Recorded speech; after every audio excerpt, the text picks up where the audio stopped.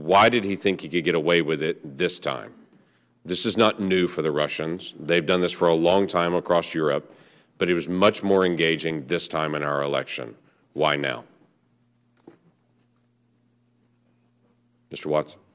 I think this answer is very simple and is what no one is really saying in this room, which is part of the reason active measures have worked in this U.S. election is because the commander-in-chief has used Russian active measures at time against his opponents. On 14 August 2016, his campaign chairman, after a debunked Incirlik... When you say his, who's his? Paul Manafort, okay. Cited the fake Incirlik story as a terrorist attack on CNN, and he used it as a talking point.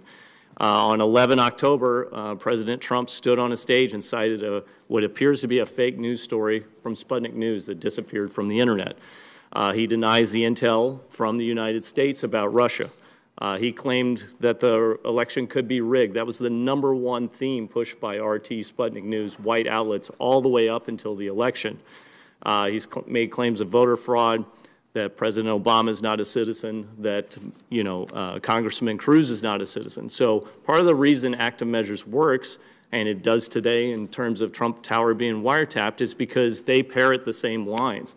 So Putin is correct. He can say that he's not influencing anything because he's just putting out his stance. But until we get a firm basis on fact and fiction in our own country, get some agreement about the facts, whether it be do I support the intelligence community or a story I read on my Twitter feed, we're going to have a big problem. I can tell you right now today, gray outlets that are Soviet-pushing accounts tweet at President Trump during high volumes when they know he's online, and they push conspiracy theories. So if he is to click on one of those or cite one of those, it just proves Putin correct.